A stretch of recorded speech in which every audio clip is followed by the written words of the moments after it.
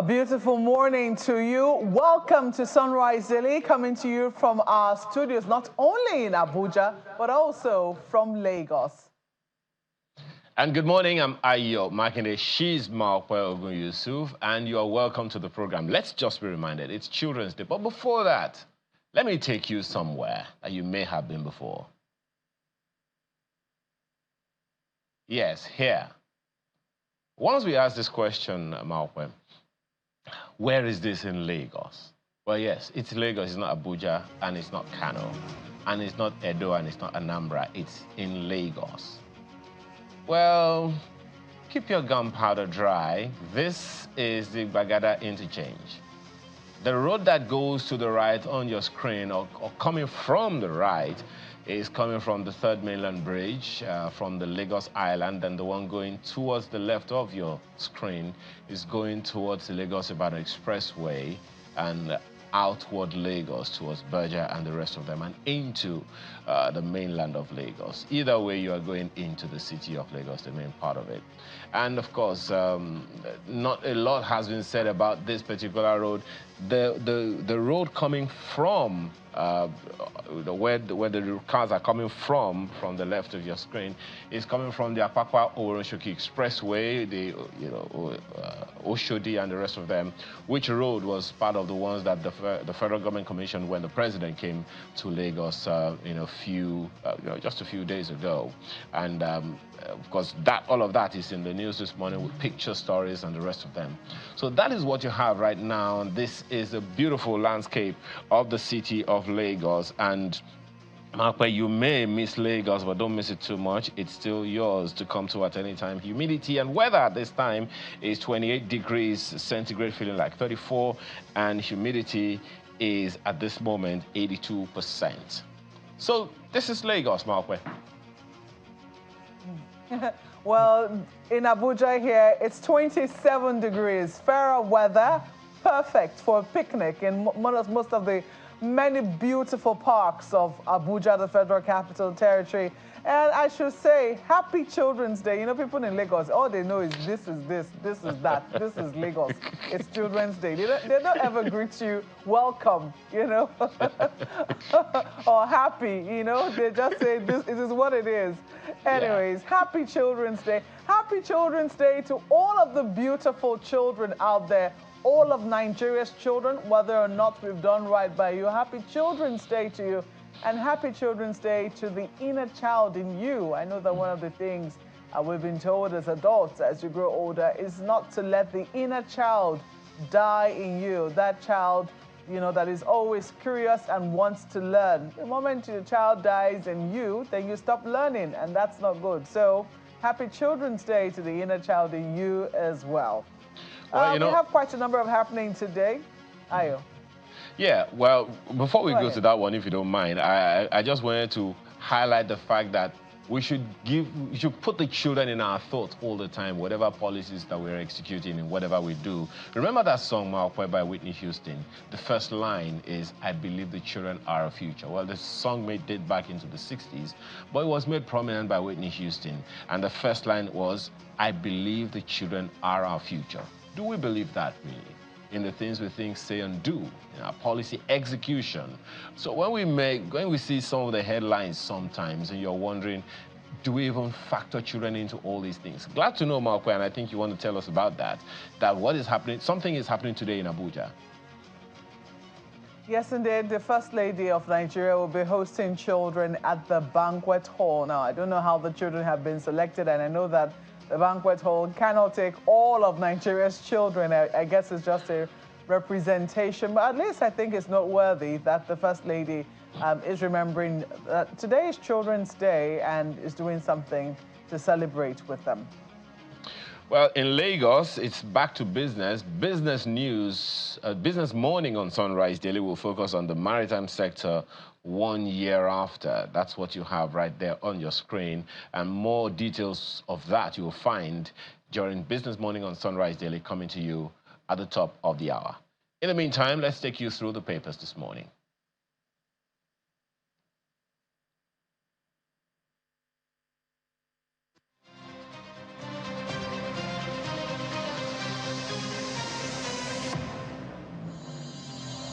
We begin a look at the papers this Children's Day with the New Telegraph, which leads with FG sues governors, seeks full autonomy for LGs. Stories on page 2. Wants apex courts to stop them from unilateral, arbitrary, and lawful dissolution of democratically elected LG leaders. The details, of course, you'll find on page 2 of the New Telegraph this morning. Another big news is the Emirate tussle. That's how the Daily Trust leads this morning. Protesters hit Kano streets, demand Bayero's return, and the riders, commissioners, LG chairs on solidarity visit to Sunusi. Don't destabilize Kano, opposition lawmakers tell FG. I've accepted my fate, dethroned Emir of Gaya. We've uncovered plots to attack State Assembly, others. That's according to the police. Find the details of that story on page 3, to be precise. And at the bottom of the page, FG sues 36 governors, seeks full autonomy for LGs, asks Supreme Court to halt transfer of local government funds to states, wants end to appointment of unelected council chairs, Governors Forum silent. Find the details of that story on the inside pages. Of course, the Nigerian Tribune leads to that same story. FG takes governors to Supreme Court, seeks autonomy for LGs, alleges misconduct in LG affairs. That story is on page 23. The front page of the Nigerian Observer has this one. Performance mixed as Tinubu marks 1 year in office, yet prospects abound, say experts. That's the lead of the Nigerian Observer this morning. The Abuja Inquirer leads with 1 year anniversary. Tinubu begins projects commissioning in Abuja. Expectations high as Abuja Metro Line commences. Heightened security, that's the second rider. But look at the Nigerian News Direct. First year anniversary. It's my bragging day, Tinubu boasts. Flags off 700-kilometer Lagos-Calabar coastal highway. Says Apapa Woronshoki Ojota Expressway will spur economic development. Orders completion of Abuja-Kano Road within 1 year. From 7 hours to 1 hour 15 minutes, federal government's road intervention saves time, boosts economy. Lagos Deputy Governor Hamzat. That story, of course, you'll find on the inside pages of the paper this morning. The Daily Independent focuses on Tinubu 1 year in office, airline industry nosedives, passenger traffic drops amid high fares.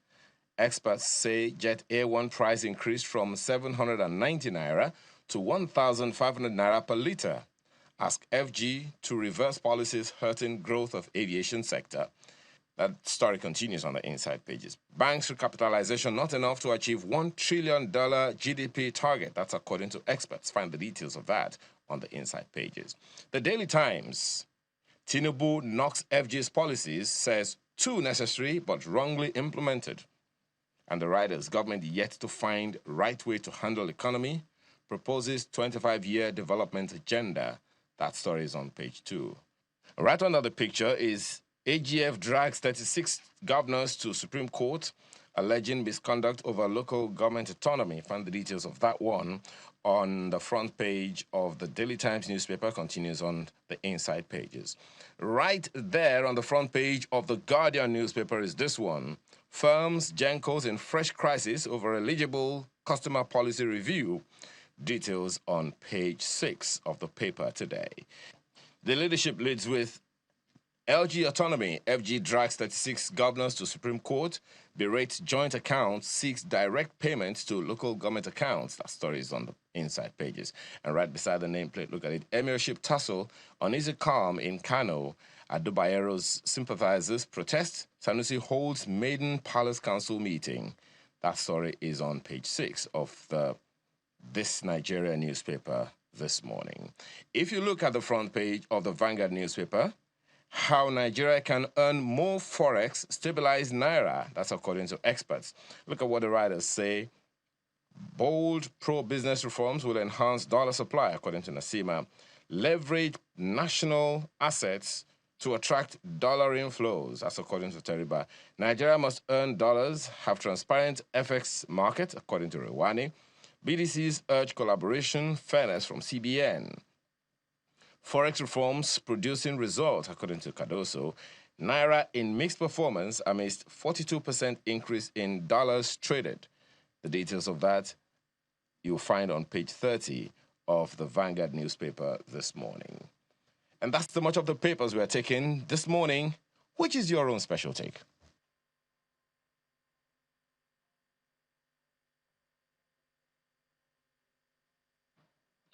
Well, which is my special take? Of course, I'm very, very much interested in what the papers lead with, when we particularly concerning the local government administrations and the issue that the federal government is raising. Of course, something to give attention to some other time. But if you look at the front page of the Nigerian Tribune this morning, that is what the paper leads with, and it is interesting that the federal government is doing that now, and. So the question that I'm going to be asking, that I would love to find out is, so where do we go from there?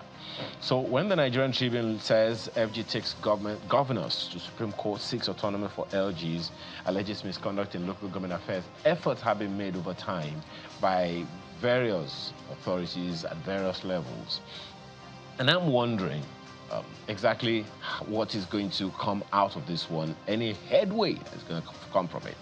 I remember, I think as far back as 2010, there were advocacy initiatives taken by several civil society organizations to try to get houses of assembly all over the nation to pass the local government autonomy bills into law so that the National Assembly can make, so that it can be something significant. LGs have direct access to their funds. And that advocacy has continued over the years. Even the last assembly also went out looking for a way to ensure that we persuade the houses of assembly to pass financial and administrative autonomy laws, bills, propositions into law, so that the Constitution can include it as something that is substantive.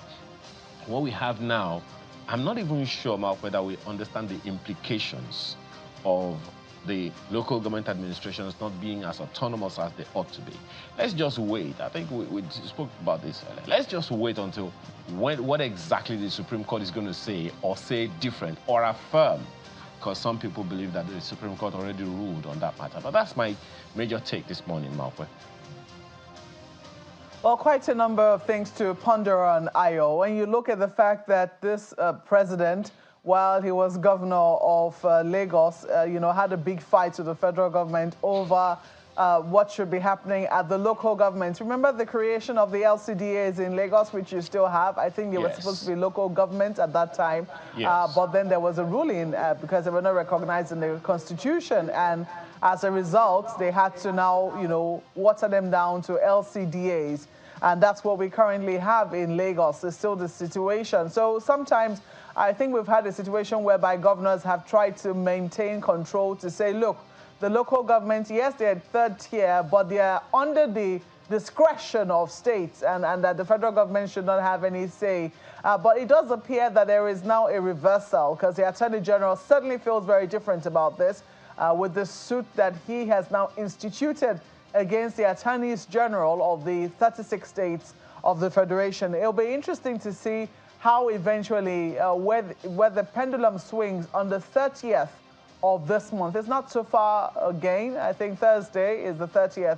It will be, I think, a remarkable day, because if the Supreme Court should rule in favor of Nigeria's Attorney General, then we should be seeing, funds being paid directly to local governments, to democratically elected local government chairmen, because part of what the suit is seeking is for state governors to stop embarking on unilateral, arbitrary, and unlawful dissolution of democratically elected local government leaders, and to stop putting caretaker committees in their place. It'll be very interesting to see which way the Supreme Court rules, because according to the Attorney General, the federal government and the state government, or the governors, have been in contravention of the Constitution, which they promised to uphold, or which they swore to uphold when they took the oath of office. And I think his suit is trying to correct that. We'll eventually see which way the pendulum swings. It's also very interesting to note on the front page of the Abuja Inquirer, the story, Banex traders count losses as army maintains siege. So that story is still there. Ignores reps' call to reopen plaza. It's been a few days now, going into weeks since that assault on military officers at the Banex Plaza. I still kind of wrap my head around the fact that these men were wearing uniform. They're wearing uniform. So you cannot say you didn't know. But then there are those who will say, look, the army is now resorting to self-help. But at the same time, you know, there are quite big questions as to what regard we still hold for the military uniform. This is totally unacceptable, right? And I think that there needs to be a middle ground. The military now says, look, the army specifically says, look, if you give up the people who perpetrated that particular act, and in no time the plaza will be open. But the reps have tried to intervene. Would there be another intervention by a higher authority? It's yet to see, but that story is right there on the front page of the Abuja Inquiry. It's on top of the nameplate, on top of it, so just in case you missed it there. We'll leave it there for our paper review this morning. Ayo. Well, I guess with that, we can take a short break now. When we return, it's time to get into the nitty-gritty. For the ones, let's begin with the children, shall we? After this break.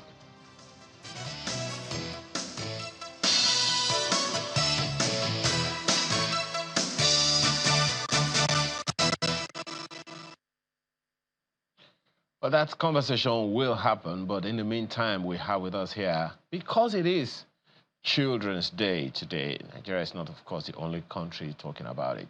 And most of the time, when we talk about children, we talk about education, we talk about health.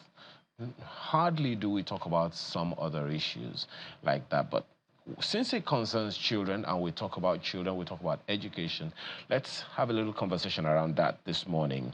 Moraya Ojikutu joins us. She is the founder of Flow. Thanks for joining us today. Thank you for having me. We'll find out what all of that means. And Professor Abiola Awoshika joins us. She's an educationist and CEO Sanctum Startup College. She joins us virtually from the UK. Thank you for joining us, man. Thank you for having me. Let me begin with you, Prof. I am looking at the national policy on education for Nigeria now, and one of the things that I'm seeing in Section 1, Sub 2, is the overall philosophy of the nation is not limited to living in harmony and unity as one indivisible, indissoluble democratic nation and all of that. But it also said that Nigeria's philosophy of education is based on education for national development and social change, among several others.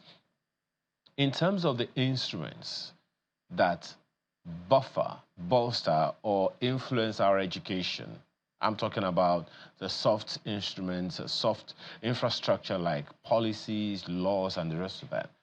How helpful do you see those being in fulfilling the overall philosophy and goals of education in Nigeria? Well, thank you so much. What you read is very vague.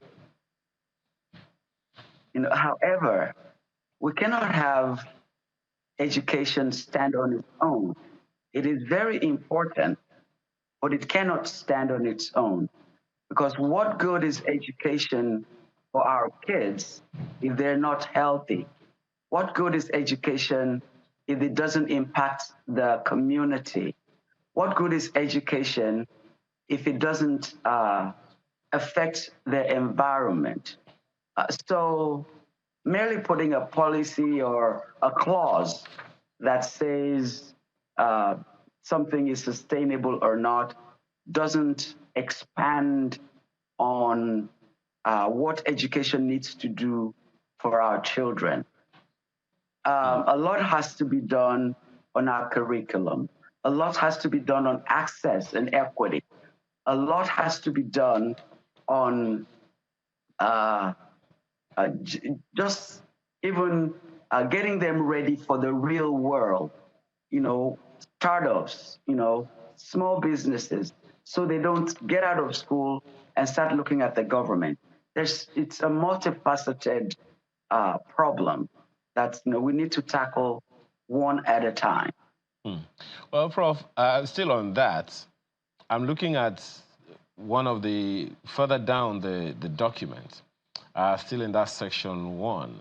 It says the quality of instruction at all levels of education shall be oriented towards inculcating the following values: respect for the worth and dignity of the individual, faith in man's ability to make rational decisions, moral and spiritual principles in interpersonal human relations, shared responsibility for the common good of society, promotion of the physical, emotional, and psychological development of all children, and acquisition of functional skills and competencies necessary for self-reliance. I see that you're smiling, Prof.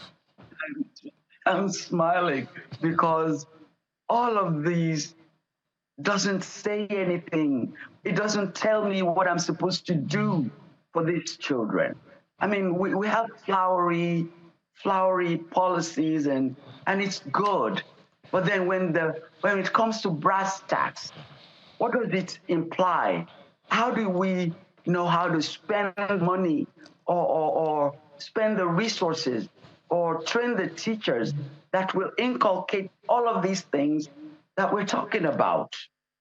We're not, it's good, I hear, but what are we doing when the rubber meets the road? I mean, I just saw a video of a school in the Northeast just recently. They were under trees from SS1 to SS3, under trees, and they only have one teacher. Gosh, I don't think we're celebrating our children very well with a situation like that. So, yes, if the policymakers want to use their policy, that's fine. If they want to use flowery words, that's fine. But tell me what I'm supposed to be doing when I have 100 kids in my care, and how do I make the world sustainable for them? Okay, well, let me come to you, Ms. Ojukutu.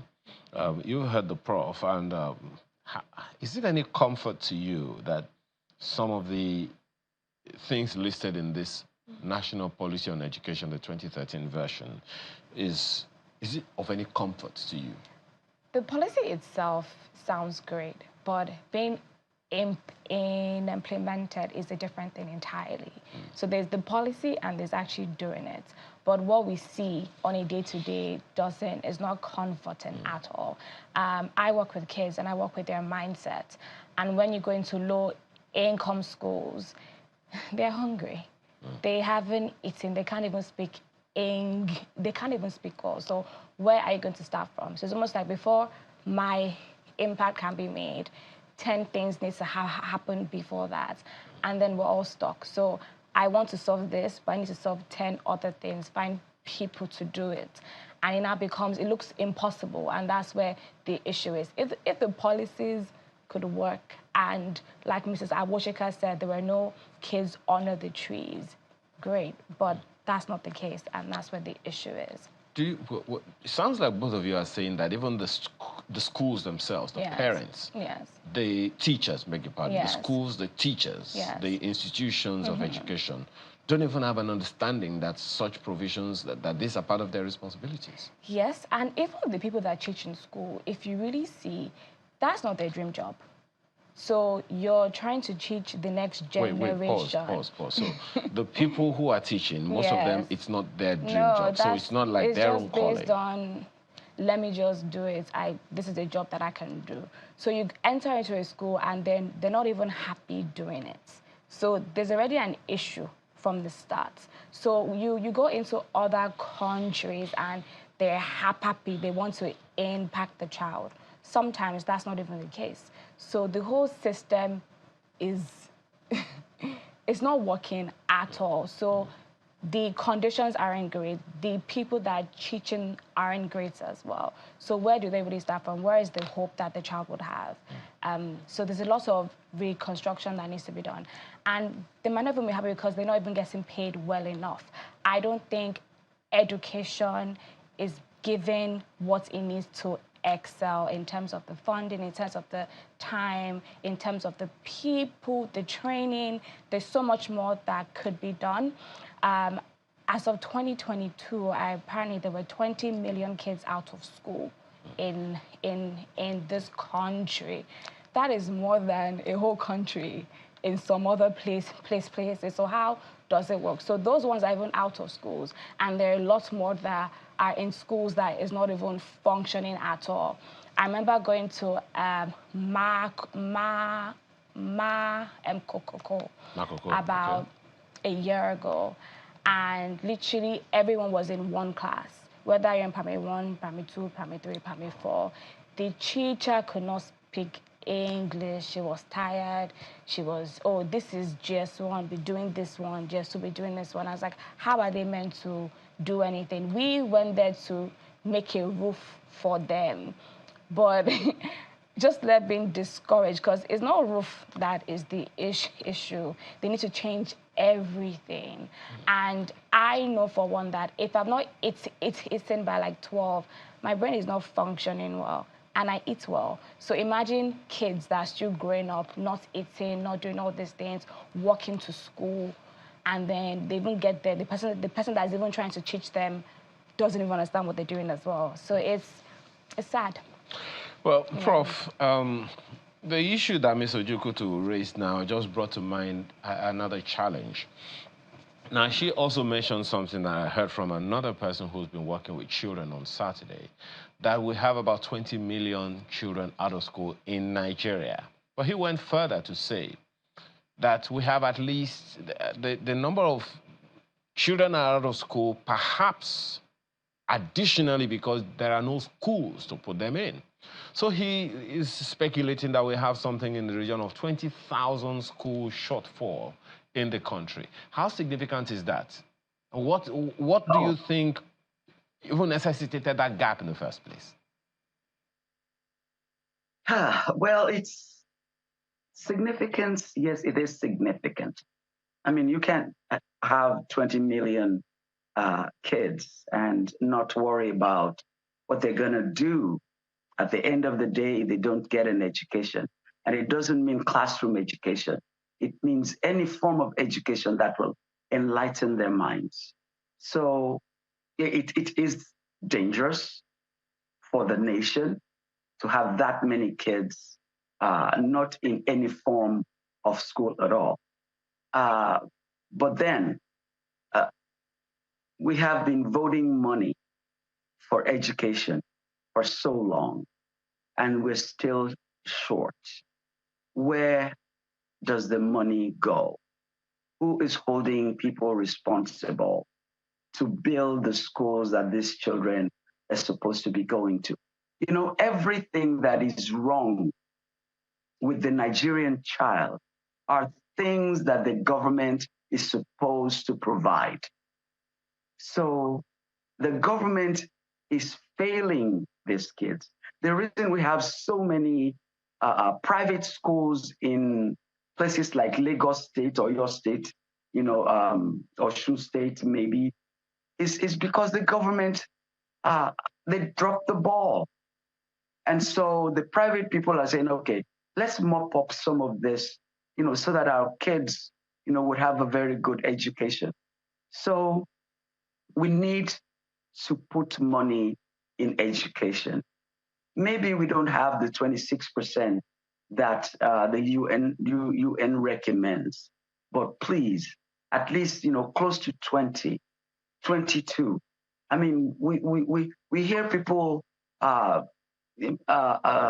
misspending billions of naira. These are the children's money. Let's spend it on them. Prof, just a quick follow-up. Yeah, my apologies. Just a quick follow-up. From what part of what Ms. Ojukutu said also is that she went to a school in Lagos, and that number one, 3 classes were in the same class, and number 2 is the fact that some of them may not have eaten. And you also talked about children on the trees in the northeast who haven't eaten. Then it just occurred to me, we did have a homegrown school feeding program. Was that, in your opinion, any significant intervention to at least get children interested in education? Well, you see, the states that had the homegrown meal program, they did very well at that time. Because more kids came into the coffers of the educational system at that time. And so I don't know what is happening with the uh, school meals now, but essentially, it's just like you wanna preach to me, but I'm hungry. I won't listen to you. So you wanna teach me, and I'm hungry. I can't listen to you. It's not just me ignoring you. It's the fact that I do not have the energy in my system to listen to you. So yes, let's provide everything that these children need, to help them to sit down and get a good education. Sometimes, in fact, it's been proven that 80% of success in school is showing up.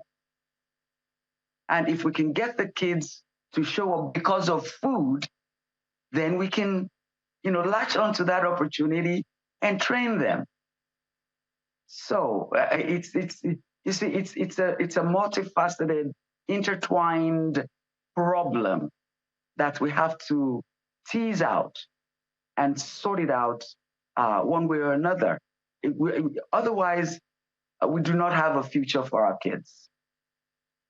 Well, Ayo has focused largely on the education policy, but Nigeria also has a Child Rights Act that was signed in 2003 and has been domesticated across many states. Now, the Child Rights Act is supposed to ensure that children are protected, they have right to education, they have right from they have right to protection from abuse and exploitation, a right to health care, right to survival and development, right to participation, even in political participation. But when we look at where we currently are, we know clearly that we're falling short of many of the parameters and many of the aspirations of the Child Rights Act. I'm just wondering, you're a professor in education, if for the states that are interested in correcting, because I think that what we must strive to do right now is strive to correct the problems that we have on the ground.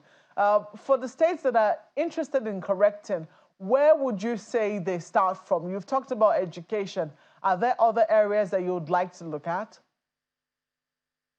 I'd like to look at health. The health of the child, the mind, the well-being. And that brings me to the home. What kind of situation are these children living in? Are they being abused? What program does the government have for children living with abuse? What is the government doing about the health of the children? Can they pick them up and go to a hospital and they would be attended to without too much difficulty? So we need to start with the health of the children. Not only that, we need to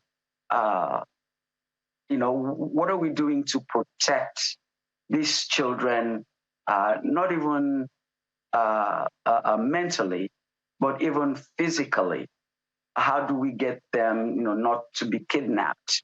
How do we protect, their future? So I would think when we look at education, then we look at healthcare, and then we look at their community. What kind of community are they living in? What does the community do for them? Does the community protect them? We look at their environment. Yes, we're saying a green economy right now, but then you can't survive in a green economy if you can't, even survive in the one you have right now. So those are some of the areas that I would look at, for protecting these children. Mm. Well, certainly health is very important, but you've just mentioned something also equally important, which is the family, the home. And there are big questions now as to, where where the family currently sits in the scheme of things. Many families are struggling to survive. Father, mother, usually outside.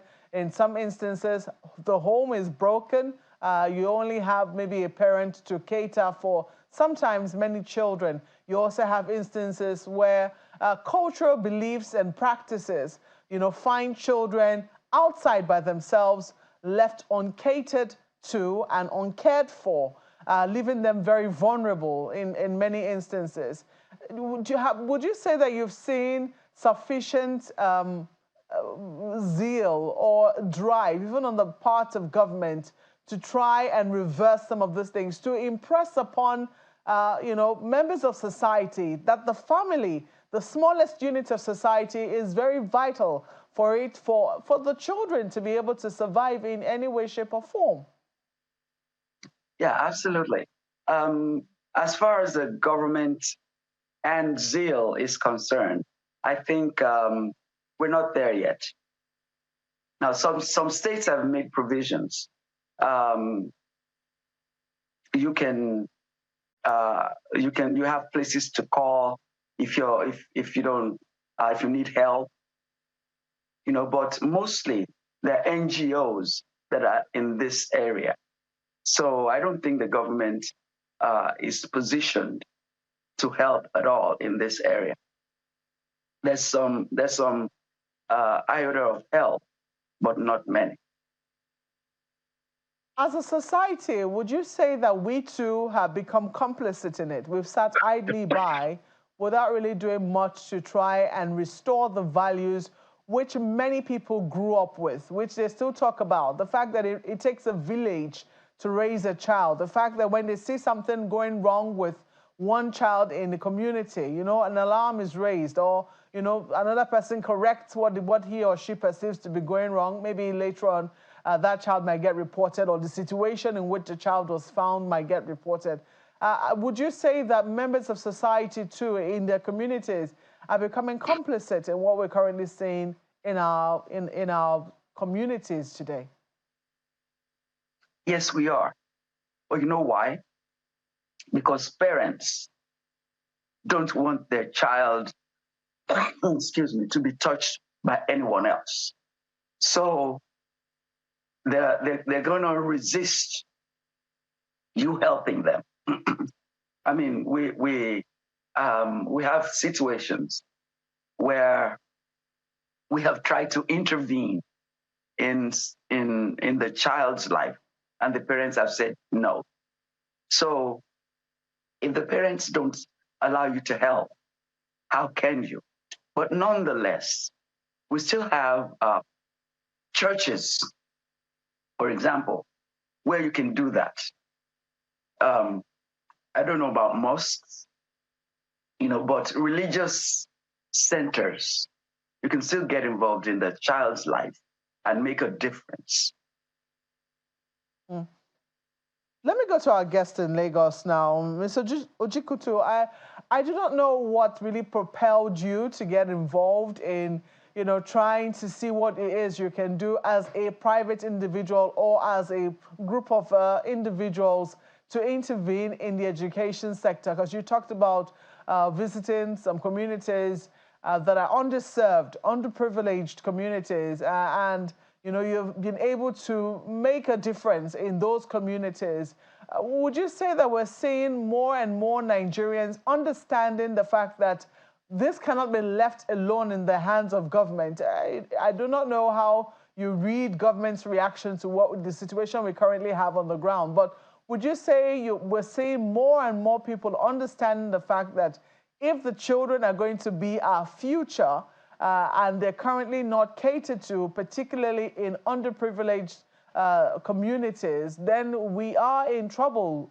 Would you say we're seeing more and more of that sort of understanding? I think I might be a bit biased because I surround myself with like-minded people like myself. So if it's getting bigger, I am not sure. But we are definitely there, and we're trying our best to help. And like Mrs. Awoshika said, there is help from like the private sector as well.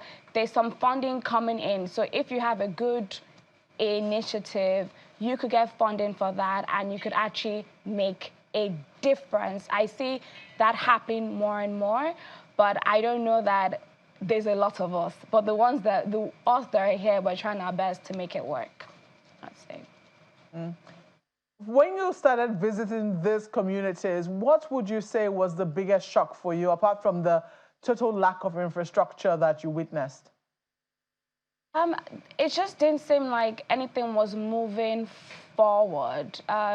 It seemed like as we came, the next week it would be the same thing as well. So the biggest shock was just the fact that it just didn't seem like anything was going on. So it's just like we'll try our best to do something here and there, but is it really making a difference? Are they going home and continue what they're doing as well? The next day, when the person that's coming to teach them in class, are they also helping them as well? Or are we just coming in for one day, making an impact, and then going as well? Every time we would leave, it would break my heart just saying that, is this going to continue or is this going to stop? So that's one thing that I would say that really broke my heart. And the biggest thing for me is that I just want people that are passionate about schools to teach in schools, and not just people that just want to get a job or feel like it's the only job that they can get. It's been a long time that I've seen people that are passionate in schools is usually just, okay, I'll do it if I have to. Well, we do know that that is going to also, the economics of it cannot be shifted. I mean, if teachers are consistently under-remunerated, it's certainly it's not going to be attractive for people to want to go into that profession, just out of passion. So as someone who has intervened in the private sector and from an individual perspective, if you were to, if you had the ears of government today, both at the federal and even at the state level, what would you be telling them? What are the areas that they ought to look at with regards to education of children? Honestly, everything. But I would say the infrastructure, first of all, making sure that the teachers are trained well in the different aspects of what a child needs. Also just helping them see what is going on around the world, just so they can see how backwards we are as well and how far we need to go. Because sometimes when you see, you can dream and see what it could be like as well. And just making sure that every child is getting to their potential. Every child is not the same. The way a child learns is not the same. Their learning styles, the way they assimilate.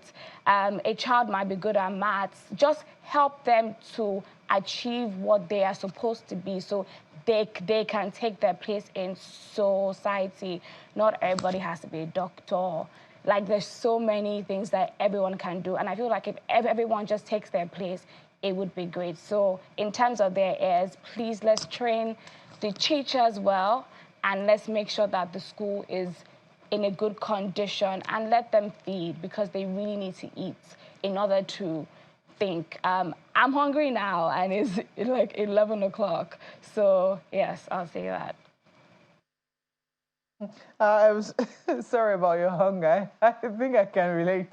But let me quickly circle back to, what it was like when we were growing up. I do not know what it was like when you were growing up, but do you want to reflect on what it was like on Children's Day, or, the memories that you have of Children's Day, and what you would like the average Nigerian child to be able to celebrate from your own memories as a child?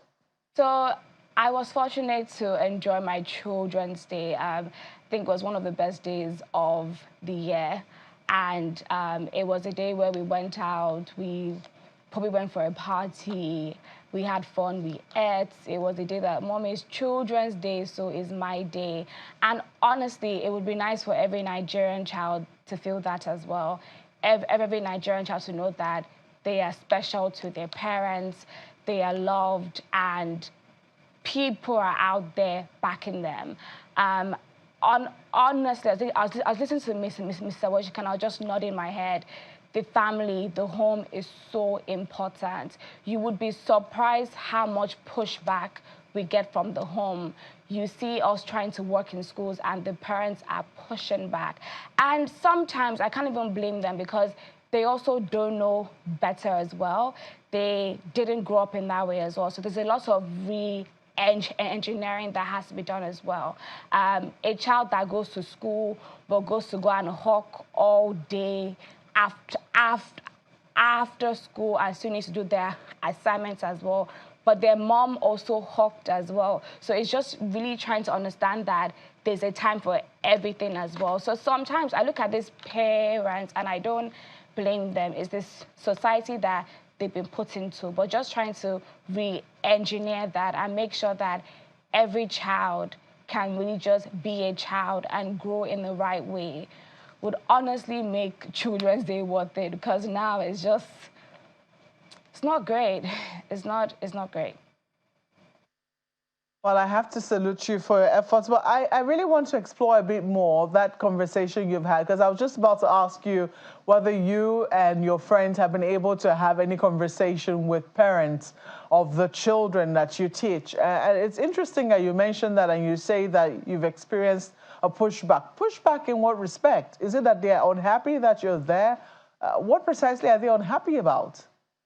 They're not unhappy that their child are in school. They're unhappy that they can't do the other things that they need them to do, such as work after school, or they're unhappy that the child is speaking up about things that's going on in the home that they don't necessarily want anyone to know about, or they're just unhappy because now they have to take care of their other kids because this child is now going to school. So it's not about them not happy about the education. It's more like a selfish point of view and just what they're used to, that when I was your age, I did this for my own mother. So you should be doing the same for me as well. And we need you in order for us to feed.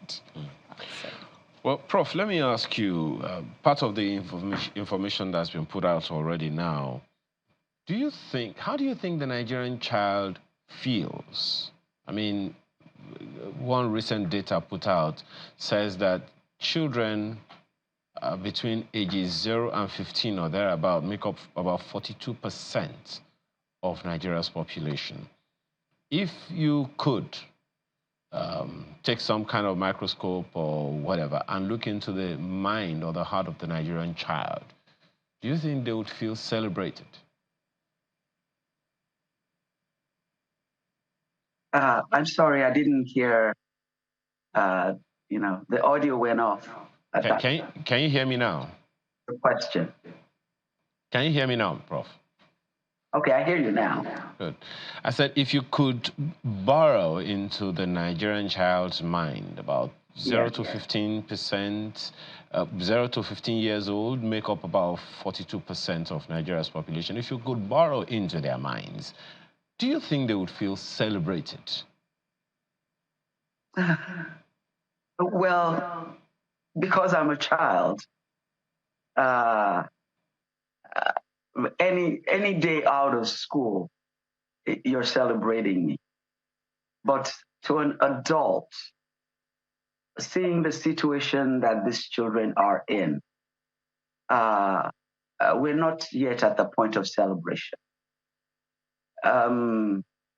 It's good that we have 42% of us in that age category, because what that means is we're a young country. And so if we mold these children very well, they can bring the future that we expect.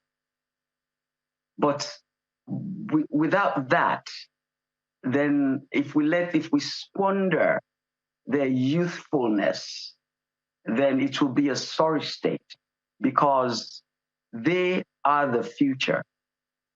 And it's not just getting them educated, it's also making sure that they're in their right minds, that they are healthy, that they would serve their community, that they would propel the nation to a great future. But if we do not do our homeworks right now, then that age group will be squandered. And we don't want that. And so we have schools now that as part of their curriculum, and in addition to the WAEC and NECO curriculum, they're now adding technology, they're now adding entrepreneurship, they're adding, digital skills, things that will help the children become full-grown, responsible adults that would do all the things that you read in your policy earlier at the beginning of the program. Interestingly, Prof, it's your policy as well. But, we've had quite some insight this morning, and I'm just hoping that everyone who needs to pay attention is listening right now will take a cue from some of the insight that we have received from you this morning. Professor Abiola Woshika, an educationist and CEO of Sanctum Startup College, thank you so much for your time this morning. We've also had Mariah Ojukutu. Miss Mariah Ojukutu is founder of Flow. Thank you again for your time. Truly appreciate it.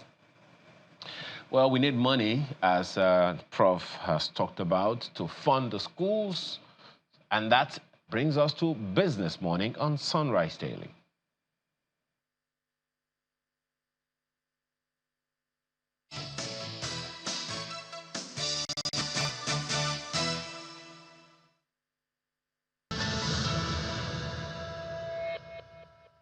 Thank God it's Monday. Welcome to Business Morning on Sunrise Daily. I'm Minnie John Mekwa. We start off the week with what we do best, which is to do business here at this time, about 25 less than 30 minutes. We start from the global space. Oil prices were in a holding pattern in early Asian trade on Monday, as markets await that all-important meeting of OPEC Plus, which is supposed to happen virtually on June the 2nd, and producers are expected to discuss maintaining voluntary output cuts for the rest of the year. We look at the numbers right there, and we see that Brent's crude for July contract inched up 11 cents. There you have it right there. It's in the green. That's about 0.28%. $82.34 a barrel. For WTI of the United States, it's also green, 0.37% at $78.85. This is much higher than where we left it on Friday. Public holidays are on in the United States and the UK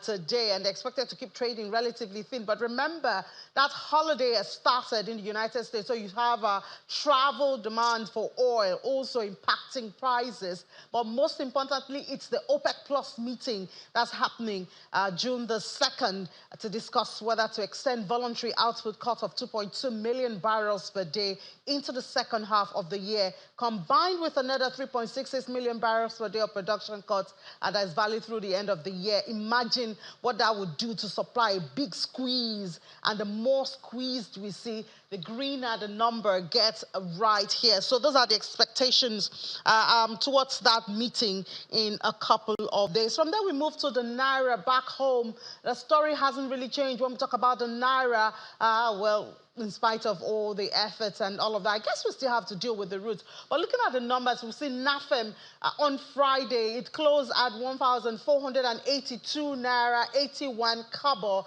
open at 1,485 Naira 66 kobo. So that's a little bit of a gain right there. So you see very marginal, 0.19%.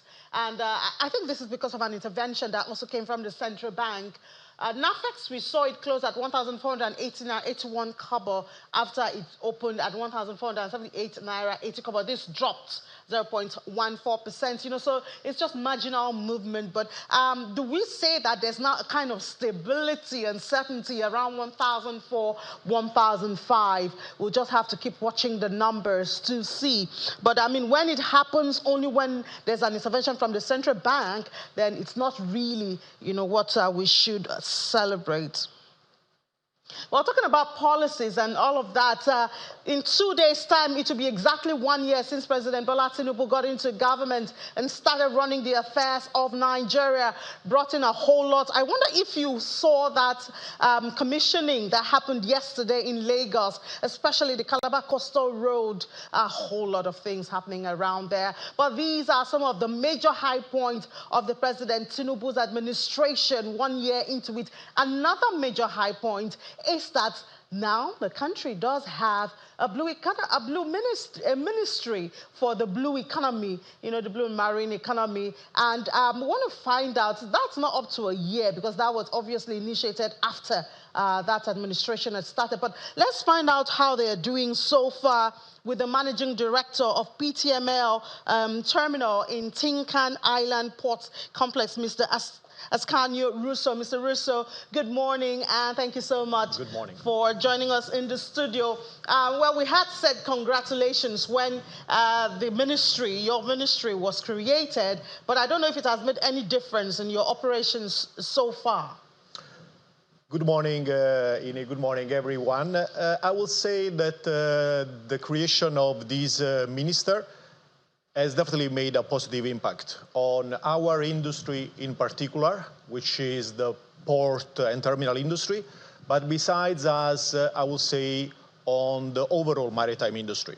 It's definitely a positive development because for the first time we have a ministry entirely dedicated to the maritime industry.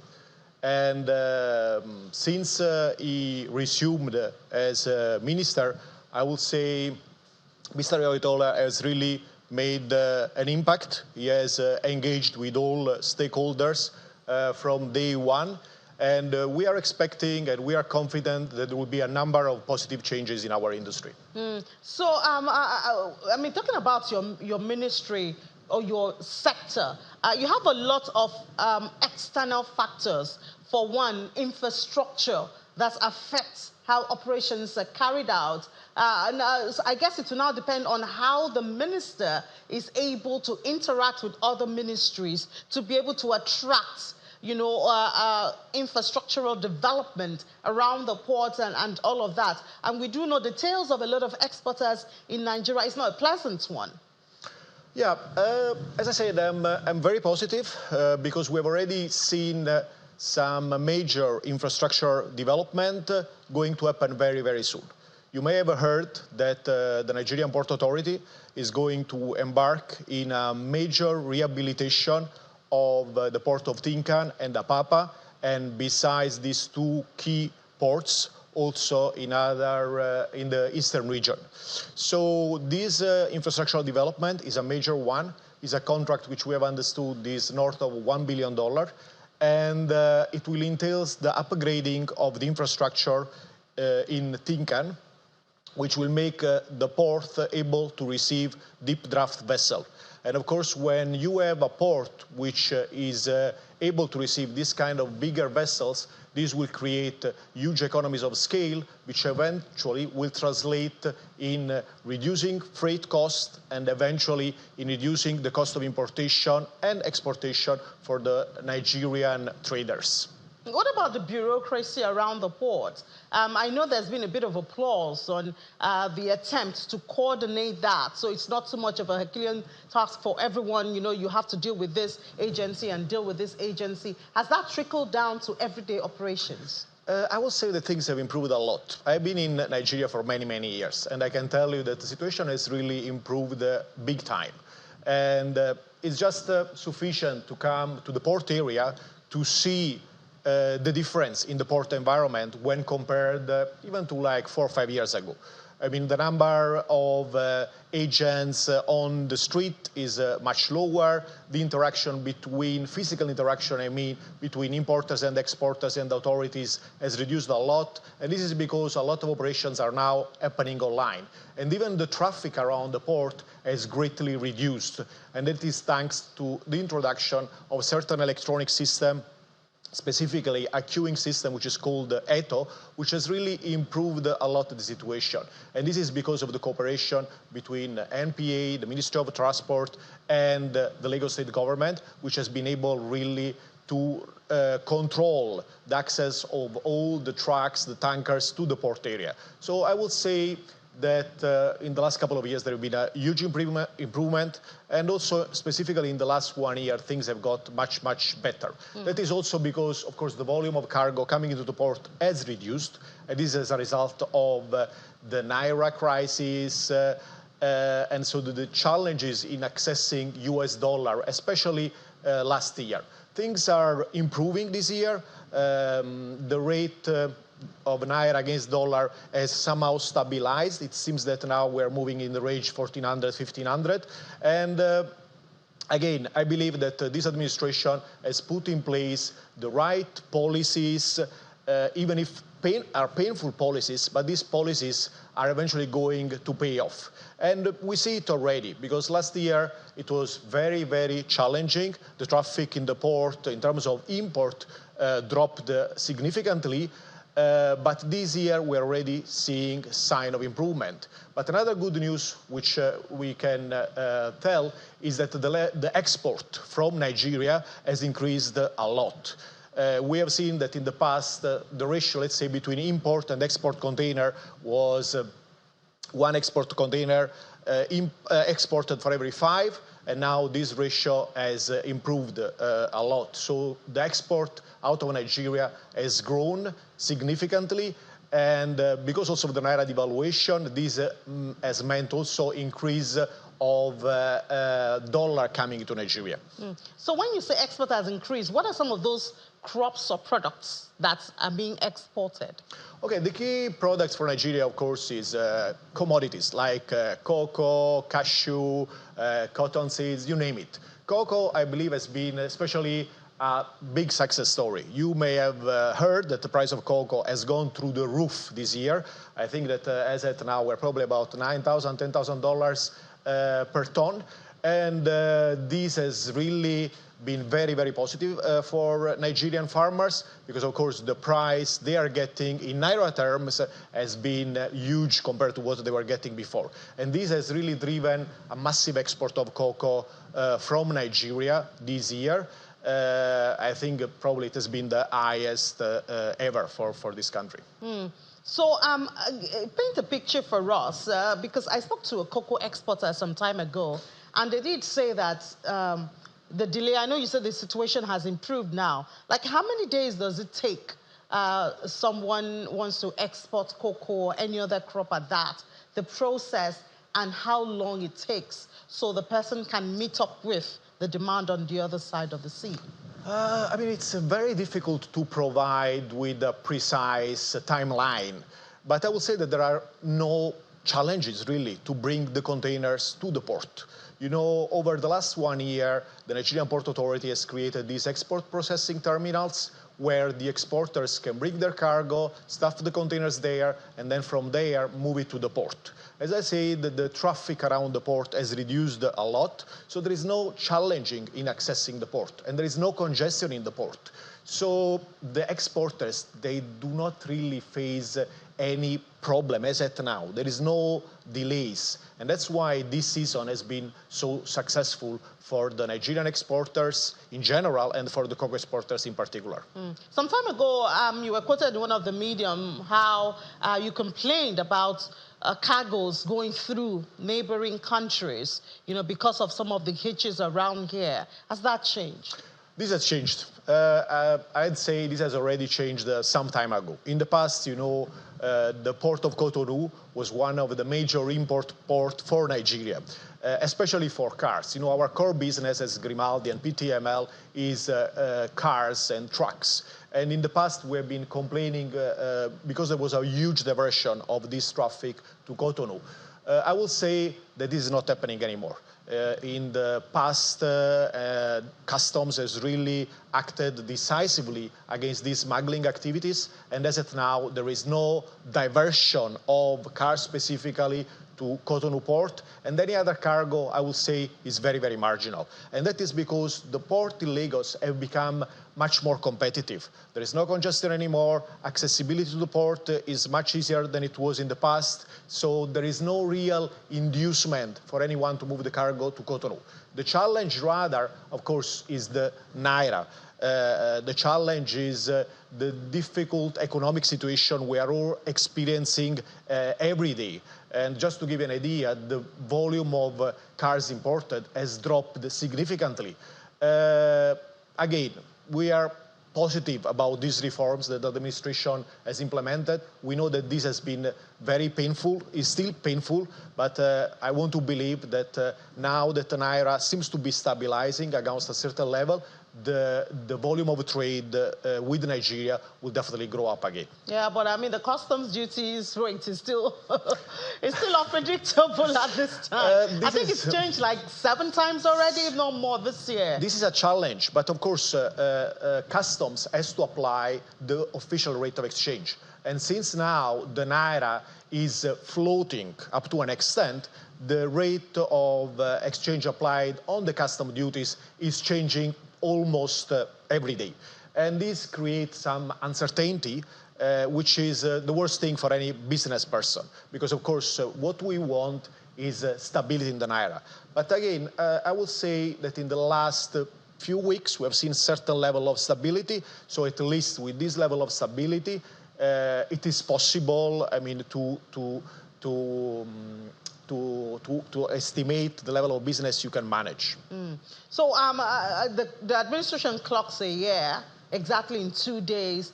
What would you say they should give priority to from this time? I know you said the reforms are good, but what areas, especially as it affects your sector, do you think the government should actually focus and give attention to in the short, maybe by this time next year, we should have more fruit?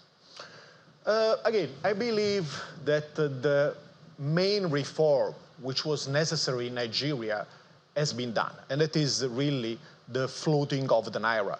Because the most important thing in trading is really stability and transparency in the rate of exchange.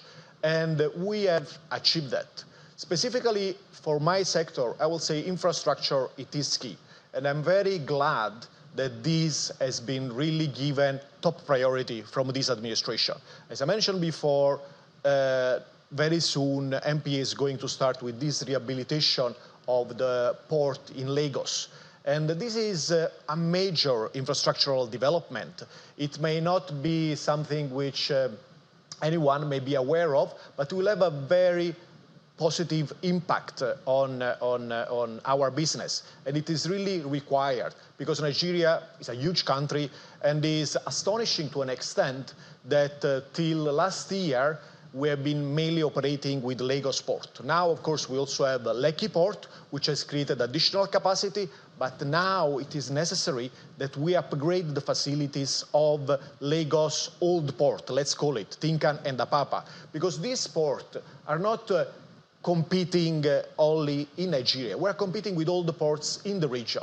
And all the other ports in the region have already done this infrastructural development. So we are competing with facilities which are already able to receive deep draft vessels. They're already operating with ship-to-shore crane.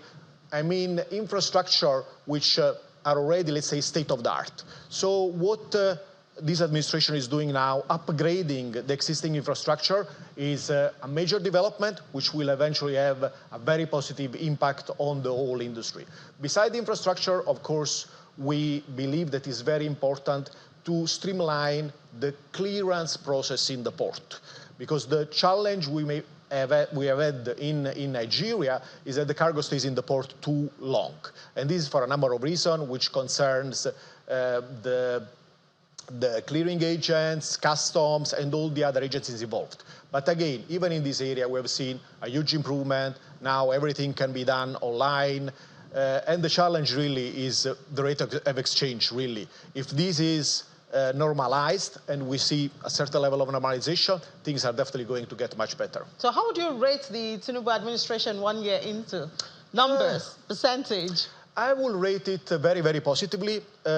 Before this administration came, I honestly was really looking forward for a brave man to do this very hard choice, to take these very hard choices. You know, rate liberalization and the scrapping of the fuel subsidy and I'm really happy that Mr. Tinubu really was brave enough to take this decision. These are painful decisions, but eventually they are going to pay off. All right, we look forward to when they will pay off. Managing Director of PTML Terminal in Tinkan Island, Mr. Ascanio Russo, thank you so much for your time. Thank you, Eden. All right, let's take a break. When we come back, we'll head to the markets. Just stay with us.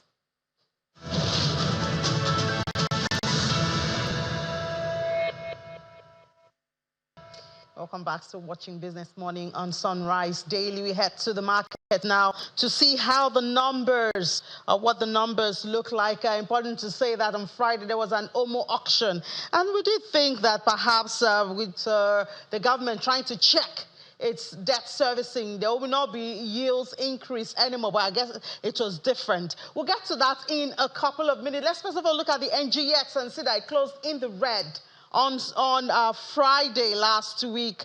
So it's, well, I guess we shouldn't be surprised. We had most of last week in the red, 97,612.52, and still at 55 trillion naira. But it's looking really risky. You know, we have just 200 right here. We used to celebrate at 500, so 55.55, remember that. We did that a couple of times, but unfortunately, it doesn't look like we are there now. Looking at the activity charts, the volume in green, deals in green for the week. Value in the red, lost some money right there, 40.71 billion is what the market closed with after 38,487. We can see the stocks that moved, made this move for the market last week. If we could have that, if not, we'll just jump into the fixed income space where we speak to Demola Oshutoki, or Ms. Demola Oshutoki is with Access Bank, is a fixed income dealer with Access Bank, to talk about that auction on Friday. Demola, good to have you. Looking very sharp for Monday. It's Monday anyway, I shouldn't expect anything. I agree with you. Well, anyways. Yes. So on Friday was that OMO auction, and I think the rates are still going up. While some people have thought that we should not expect that because interest rate is going up, then the yields will also go up. But I think that was in contrast with what we saw on Friday. 110%. So what we saw within the week was we saw an NTB auction that occurred on Monday where there was about 500 billion. And this occurred after the MPC's decision where there was about 150 basis points increase. So it increased from 24.75% to 26.25, which it's at currently. The expectation from that NTB auction was that we'd expect to see rates increase. However, that was not what we saw. There was a subscription of about 1.5 trillion, of which they only sold about 600 billion. So you can see that there was a bit of a conservative approach from the DMO. However, what we then saw from the CBN on Friday was a surprise OMO auction where a similar size, about 500 billion, was offered. But what we then did see was we saw an increase in terms of rates. So on the long end, it increased by about 1% from the previous auction. So it stood at about 22.49% as the stop rate, which represents about 29% yield.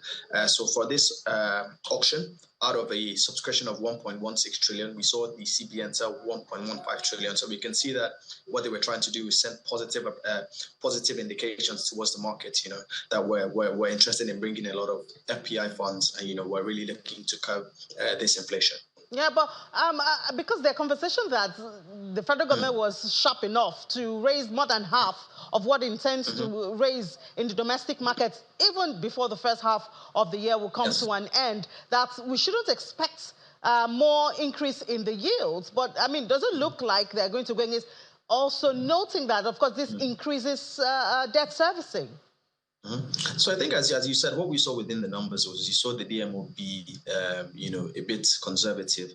However, from the CBN's view, you know, this OMO auction is only for banks and FPIs. So, you know, so the indication was we're looking to continue to bring in those, you know, inflows, especially from FPIs. So they're using the OMO auction as kind of a tool to not only mop up excess liquidity, but also invite a lot of FPI flows. So we can see that the difference in terms of rates for the NTB, which was at 20.69, and the OMO, which was at 22.49. So I agree with you. The DMO is being conservative. They've already borrowed well over 11 trillion to date. So, you know, there's no indication that they would be looking to increase rates significantly. But what we're seeing the CBN do is we're seeing them look to bring in more FPI flows. We can see that, you know, within the week on week, we saw a slight appreciation of the naira. We did see significantly more dollar liquidity within the market. Last week was about $1.2 billion within the week. So we can see that from the DMO's perspective, probably a more conservative approach, but TBN is looking to use the OMO auction to begin to bring in more of those, FPI flows and hopefully have some more stability on that NAFEX. Yeah, so can we expect, the auctions, I think we have an auction this week also. Can we expect that the focus will now be on OMO while the DMO continues its conservative approach? I think for the DMOs in the next NTB auction, I don't expect that there will be an aggressive increase in rates. The last one was about 22.69 on the long end. Maybe it might be a slight, increase maybe to about 21% levels. But by and large, I think what we've seen is, especially within the short term, is that the CBN is looking to probably use the OMO auction as a good measure to be able to bring in more of those FPI flows. And for the NTP auction, there's no indication that they're looking to increase rates because, as you mentioned, there is a cost to borrowing at these expensive rates. So they're looking to maybe hold or keep a more conservative approach given the size that has already been borrowed to date. So what happens in the secondary market now? Talking for investors now, for the NTB and the bond. What happens there at this time? What can we expect? So at 20.69, that's about 26-27% yield is still a good return for investors. Previously what we had seen within the years, we've seen FPIs also play within the NTB space, but by and large, it's still a good return, for investors. So I still expect that they will still continue to invest. Most of the NTB auctions have been well, oversubscribed, so I don't expect that trend to persist. So I think we'll continue to see local players as well as foreign players continue to play within that NTB space. Yeah, but it's still a negative real return when you look at the interest rates and inflation. I agree with you, and the CBN governor, quite early in the year had mentioned about, moving towards real return, for investors. You are right that in terms of, looking at even at a stop rate of 22.49%, which was the case for the OMO auction, there's still a negative carry. That's 29% yield. Inflation is about, 34%. So I think, what we're expecting to see is, hopefully, especially within subsequent OMO auctions, within NTP auctions, there's a slight increase. Still a good, return for investors. I think, for investors, they're looking for good returns on their investments. Currently, if you're getting, yields of 26-27%, it's still attractive. I'm sure that, especially for FPIs, they would want to see a bit more in terms of, moving yields probably to about 33%, 34%. So you're moving, more towards, positive, returns, for that investment. But I think within, the short to medium term, we will wait to see the approach, that the CBN as well as the DMO will take on this. All right, Demola, thank you so much. We have some auctions this week, I guess. So there was an NTB auction last week. So the next NTB auction will be in 2 weeks. Oh, okay. Thank you so much, Demola Oshotukwu, fixed income dealer with Access Bank. Thank you for having me. It was a pleasure. All right, so that's much we can take on Business Morning. You have a more robust business conversation at 1 p.m. Ladi Williams will be here along with Will Ebong. You can expect to get intraday markets and fresh conversations from the world of business. I'm Mini John Mekwa. Let's head back to the Sunrise Daily Studio.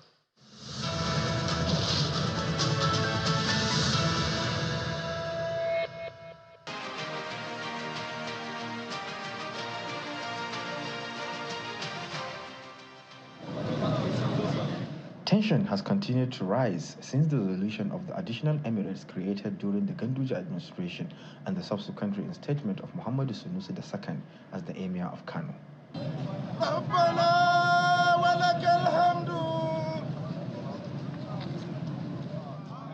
Supporters of the 15th Emir of Kano, Aminu Ado Bayero, performed a special prayer outside the Nasarawa residence of the Emir. Protests erupted after the prayers, as the protesters carried placards with inscriptions calling for the removal of Muhammadu Sunusi II as the Emir. They are demanding the reinstatement of Aminu Ado Bayero as the Emir. As you can see, Kano State people have gathered out to show their, let me call it, to show their unhappiness over what state government have done. Generally, Kano State people need the Pipe Emirate to be stands as Emirate. I want justice to be happening in Kano State, in the Emirate Council, because God knows that our Emir, Alhaji Aminu Ado Bayero, it doesn't make any problem for him. He cannot create there's a problem for him. The Kano State governor cannot say that there's one problem that created since Aminu was arriving in Kano Emirate Council. We are having a peaceable staying in Kano since he arrived in Kano.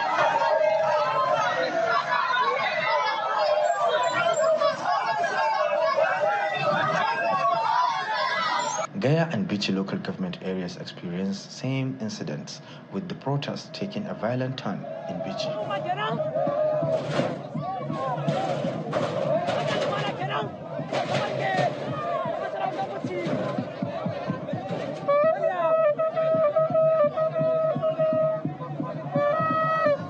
Meanwhile, the national chairman of the Arewa Social Contract Initiative, Sani Dharma, sued for peace and called on Alhaji Aminu Ado Bayero to leave the state for peace to reign. Our advice is strongly on the dethroned Emir, Alhaji Aminu Ado Bayero, to quickly vacate Kano State. Even if he's going to claim his right, he should leave Kano, and then whatever may come later, he should take it in good faith. Earlier, the State Police Commissioner had warned against disruption of peace in the state. As whoever, under whatever guise, is found to be planning to disrupt the peace being enjoyed in the state, or feel that he or she can jeopardize the existing security setting in the state, will be arrested and be made to bear the full wrath of the law.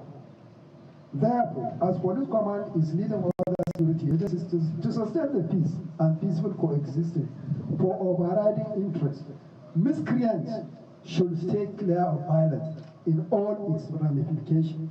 In light of the escalating tensions and widespread protests, it is expected that community leaders and security agents will work towards the restoration of calm and peace in Kano. Sadiq Ilyasu, Channels Television News.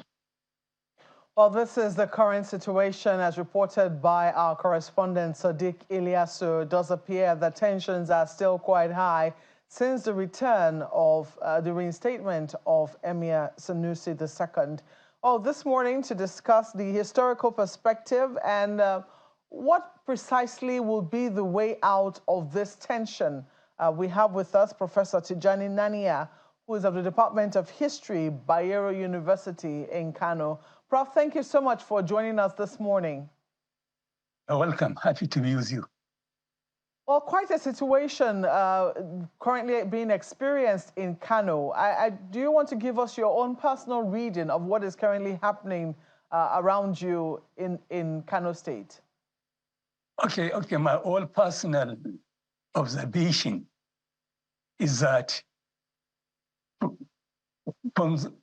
at the beginning of the entire palaver, you see, the situation was created in 2019 when the former government of Alhaji Abdullahi Umar Ganduji went ahead to dethrone Muhammad Sanusi and enact a law establishing, installing Aminu Ado Bayero and establishing 4 other emirates, including Kano. Right from that period, many of us, including my very humble self, cautioned the government that it is establishing a wrong precedent. If the governor, by virtue of his holding office as governor, could use his power unilaterally to do what he did with regard to the Sarauta institution in Kano, then what will happen if another government comes entirely and is not in agreement with what he did? That's what I said in 2019, and this is what is happening now. Another government has come, and it has made it part of its campaign promise that once voted into office to do something to restore the dignity of the Sarauta institution in Kano. And this is what he has done, and now it is creating problem. And it means this thing has not been done, or it is followed in a subtler way. Sin could have not generated this way. Well, we understand that, you know, the Kano Emirate has over 1,000 years of history behind it. You are a professor of history. Can you speak to any situation in history that has been close to what it is that we're currently witnessing and whether there was a way out of it? Yes. You see, it's true, Kano is over 1,000 years. The Sarauta instance is over 1,000 years. And over the period, there were instances when there were this enthronement of Saraki. For example, in the 16th century, around 1570, when Saraki was dethroned, he was reinstated forcefully. And at the second decade, the beginning of the second decade of the 17th century, to be precise, between 1619 to 1621, similar thing happened, and there was a restoration. And the biggest one was in the 19th century. It's 1893, when there was a rebellion, a revolt against the failure to follow due process in the appointment of Sarkin Kano. And that revolt resulted in that rebellion resulted in a revolt, which is popularly known as Basasa. There was a civil war. And the civil war was spearheaded by the rebellion leader that was Galadima Yusuf, the great grandfather of present governor of Kano. And he was also the senior person in the house of Sarki Abdullahi Maje Kalofi. And the descendants of Abdullahi Maje Kalofi are still the ruling dynasty in Kano. So both the governor, Abdullahi Maje Kabir Yusuf, and all these Amina Ado Bayero belong to the same family. So that was very devastating. It took 11 months in that civil war. And the revolt, the rebellion, the people that raised the revolt became successful. And they installed a new government under Sarki Alu. To this day, is the descendants of that house of Majikari, Abdullah Majikari, that is still ruling Kano. So it's something misunderstanding between families, between the people of the same dynasty, the same blood. And if you could remember, at the coming of the Europeans, that was not civil war, it was the right of conquest that made the Europeans look at to dethrone the incumbent Alu and install his senior brother, Abbas, as the Emir of Kano. Emir Abbas is the great-grandfather of Aminu Ado Bayero and even Muhammad Sunusi.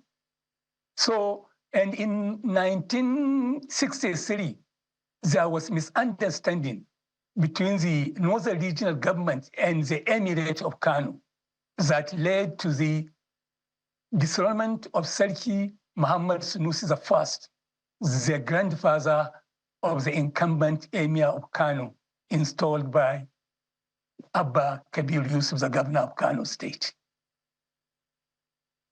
Well, quite a very rich history there, and it's very significant to note that this is not anything new, but it's very different when, you know, there is an, would I say, in-house tussle. You know, it's very different from, that time is very different from now, where you now have government interference. And this is not about, well, some people have put it down to two families and, you know, infighting between two families, and also government interference helping out in this particular instance. But we certainly cannot afford a rebellion or a civil war or civil unrest in Kano. So from your own perspective, because also what we're also dealing with is the fact that the Emirates was balkanized. 5 different Emirates created. Kano was one of them. Now there are attempts to bring all of them back into one emirate and install one emir or reinstate one emir over the particular emirate. What are the potential fallouts you see from this? Because those other emirs who were given stools were also first-class emirs, and overnight, they have been told, you know, they have to vacate their seats. Their emirates no longer exist, and everything now has to fall back under Kano. This is certainly going to come at a price. What price do you think the state government is going to pay to be able to bring back the emirate into what it originally was? I think there is no price the government has to pay. This is not the first time that something similar to this happened. During the administration during the Second Republic of Governor Muhammad Abubakar, he made an attempt to create emirates, the Emirate of Rano, the Emirate of Gaya, the Emirate of Duse, and the Emirate of Karai. Then Duse was under Khan, not in Jigawa. And when there was a change of government, Sabo Bakinzu came into office in 1983. He rescinded that policy. He rescinded that decision and restored back Kano to its former position as the one single emirate in Kano. That is number one. So it's not the first time. Secondly, for people that are not conversant with the history of Kano or with the history of the emirate system, they should remember or they should understand that emirate is not created just like that. It has a history. The history of emirateship in northern Nigeria and the defunct Sokoto Caliphate, for that matter, you see, started with the success of the jihad. Hitherto, all house kingdoms, Katsina, Zazzau, Gobir, Kano, Daura, were all independent of each other. They had kings. But when the jihad was conducted, then there was the coming together of all the Hausa states to form part of the great Sokoto Caliphate, which means kings were now reduced in their power and they became emirs, hence emirates. They became provinces. That's why they were called emirates. And to signify that they were emirates, the jihad leaders, the triumvirate, that is Usman Dampodio, Abdullahi Ngondo, and Mohammed Bello, issued each of those provinces with a flag, signifying that they are recognized to be emirates, political units of the vast Sokoto Caliphate. That was the reason for the establishment of Kano Emirate.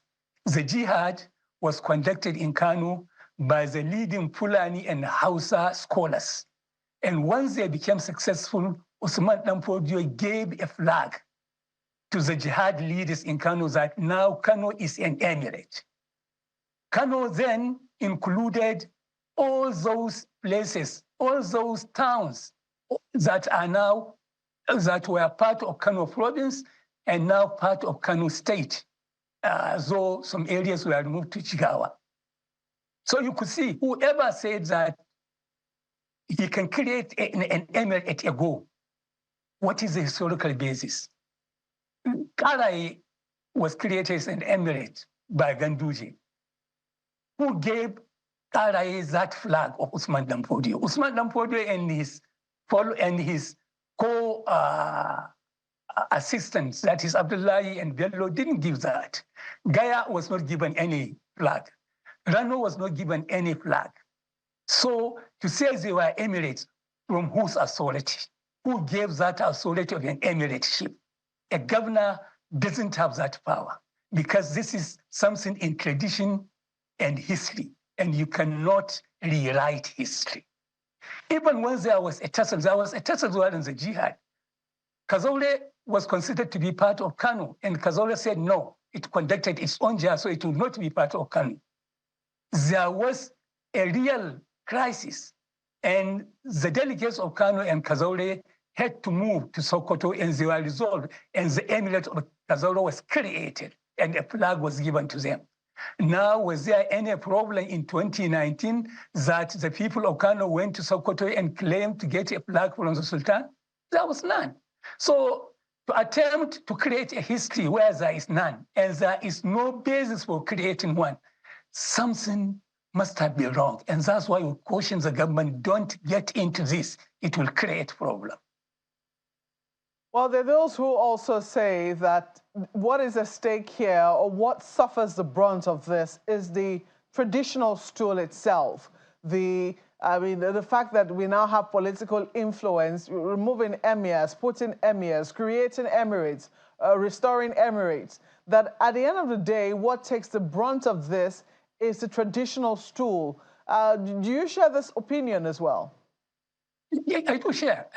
That's why I said that we caution the former government that let us not go into this problem. It will create a problem which will affect the aura, the dignity, the flamboyance, and the respect which Kano traditional institution enjoys.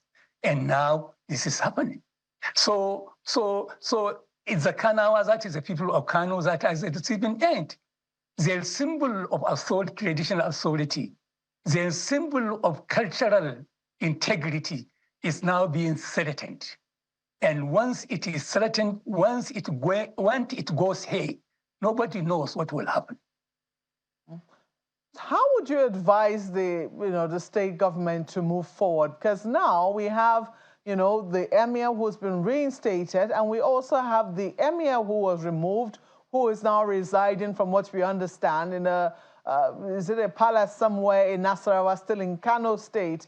How would you, because right now that's what exactly is causing tension. There are those who say there cannot be two emirs in one emirate. What needs to be done to be able to resolve this seeming standoff? You see, you are right. There will never be two presidents in a country. There will never be two governments in a state. There will never be two local governments in a local government area. And there will never be two emirs in a state. In an emirate, there will only be one. You see, when the former government removed Sunusi, he acquiesced and accepted to be removed. And he moved down to Lagos to establish his family. He did not give up. He was only waiting for a time for him to make his case that he was removed unjustly. It was a government, it's the prerogative of the governor to appoint an emir, and government had done it.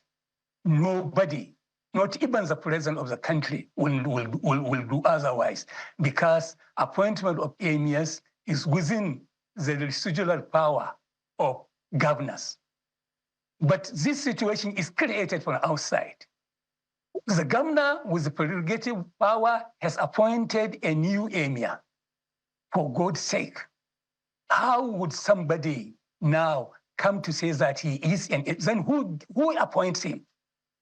He was appointed by Ganduji, and now Abba has removed him. So the appointment of Ganduji was the more honest one, and this one, is Abba Kabir not a governor? Hasn't he that power? And that power was given to him by the House of Assembly. The House of Assembly recalled that law, looked into it, and repealed it, and sent it to governor for assent. He did. And now the governor called the electoral college, the electoral committee of the emirate to appoint a new emir, and he was appointed. And now it is being contested. Then who will contest that? It was the power of the governor. It was done within the constitutional provision of the state government. And I could not see how somebody from outside could come and say, no, this is not. I can't know. The question is, on what basis was Ado Bayero allowed to return to Kano? On what basis? What is the constitutional or the legal premise of doing that? On the basis of a court order, we understand. The court order came in after the governor has assented to the bill and appointed a new emir. So what will happen? And secondly, court is supposed to bring about peace and peaceful coexistence. Court order of the Federal High Court in Kano was using the issue of human rights. I don't know why in defending the right of an individual you can jeopardize the right of public peace of an entire state. I can't understand this. Sometimes I'm very sorry, our judicial institution is an accomplice to the problem of instability and the problem of corruption and the problem of so many things bad that is happening. You'll see somebody committing a crime, and just because he's in court and he collapses, and then the whole issue will be suspended. And the startled public will ask, what is happening? What is happening? These people, this man we have known he has committed something, but now from using technicalities, he's being allowed to go scot-free unless we make an amend in our judicial institution. I think we'll continue to be in a problem. Ayo has questions for you.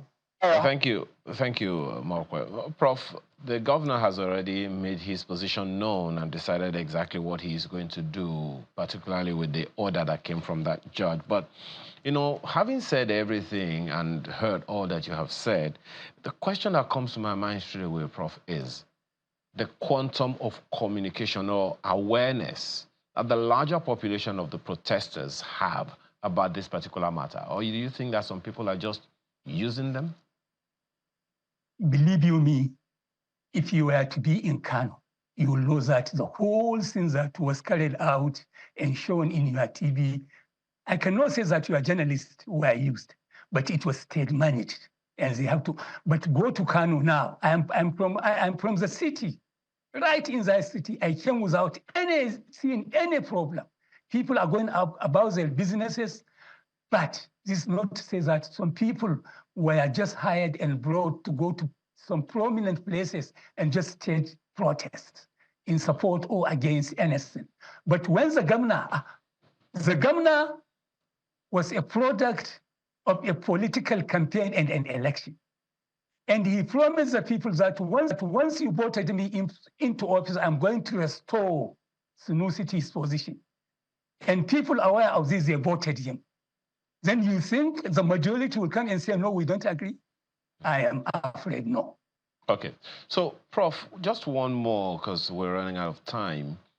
What do you make of the comments coming from the Northern elders calling on the federal government, or perhaps maybe even the president directly, to wade into the conversation and ensure that there is peace in Kano State and that Kano State does not boil? Do you see a role for the federal government in this matter? Has it gotten to that level?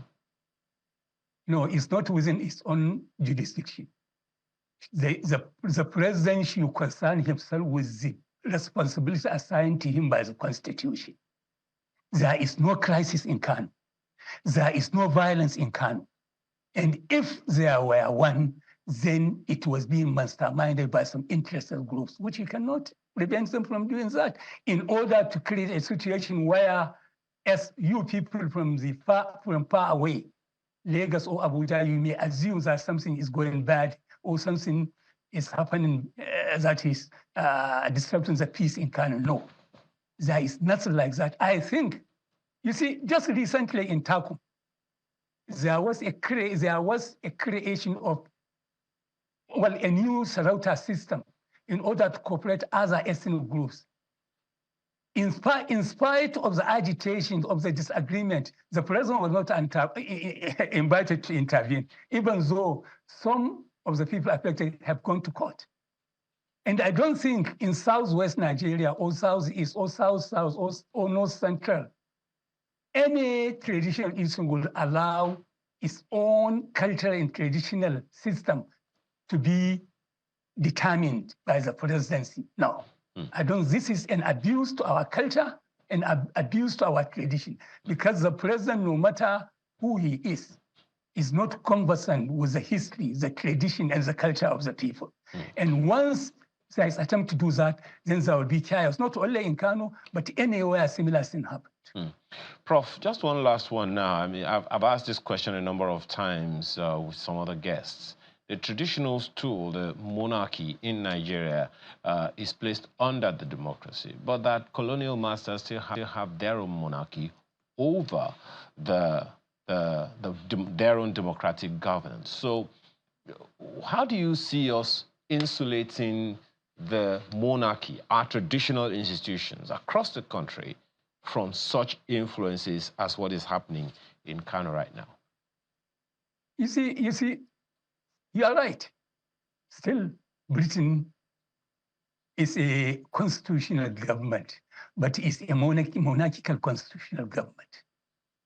The problem with us here is, at any given point, let me give you an example in Kano. You see, Kano used to know by tradition only the emir of Kano. But then in 1967, state was created and a governor was appointed. Then this brings something, a rival, so to say, by people saying a rival to the emir. And that started the problem. If not for the diplomacy of Sarki Ado Bayero, who was even young at that time, and the maturity of the police commissioner, Audu Bako, there would have been chaos in Kano. But then the two realized that they needed to cooperate with one another. And that's why even their differences was not heard of. When it came to the Second Republic, Rimi, climbing on the popularity of winning election, thought that he could play with the traditional institution. And that created a lot of problems, which no sooner was he removed, or no sooner did he fail to come to power, then status quo ante was returned. You see, there was also an attempt, even during Abacha, there was an insinuation that he was even attempting to order the removal of Emir of Kano, but he was cautioned against it. She was told that the moment anything like that happened, something will happen. So in a nutshell, what I'm saying is traditional institutions should be respected by our political officers. Well, Prof, just wondering. Okay. I'm so sorry to interrupt you, but as we wrap up now, I would like to know this arrest, which the governor has also put out there, is this something you think can be effected, given where the police currently stand? It's not going to be effective because I'm sorry to say I even take to be partisan. Because the police are here to defend the state, not an individual. And the police is claiming that it is respecting the order. So who is more important? Is the state more important or the order? Court order for what? And when was it issued? I told you this issue is state managed from above. And if we are not careful, the problem, breaking down of chaos in Kano, will lead to a serious problem. And I'm very sorry, I'm not partisan and I don't want to belong to anywhere. And I think it's something that we should tread the path with caution. Otherwise, because I cannot understand why a police commissioner should come out and say he is only here to defend what the court order, not the chief executive of the state. What impression is he giving to people? It's a big question to ponder, and we will continue to keep our eyes on developments in Kano as this situation persists. But we have to thank you very much for sharing your thoughts with us, Professor Tijani Nania of the Department of History, Bayero University in Kano. Thank you so much for coming on Sunrise Early this morning. You're always welcome. And that's what we have to wrap up the program this beautiful Children's Day, the 27th of May, 2024. You can always send your thoughts and your thinking to the handles. I hope that they pop up soon. Or send us an email, however it is you feel, on any of the issues we've raised, Children's Day or the situation in Kano, or even what you saw on Business News. Thank you so much for watching. I'm Maope Ogun Yusuf. And I'm Ayo Makinde. Happy Children's Day to you and to the child in you.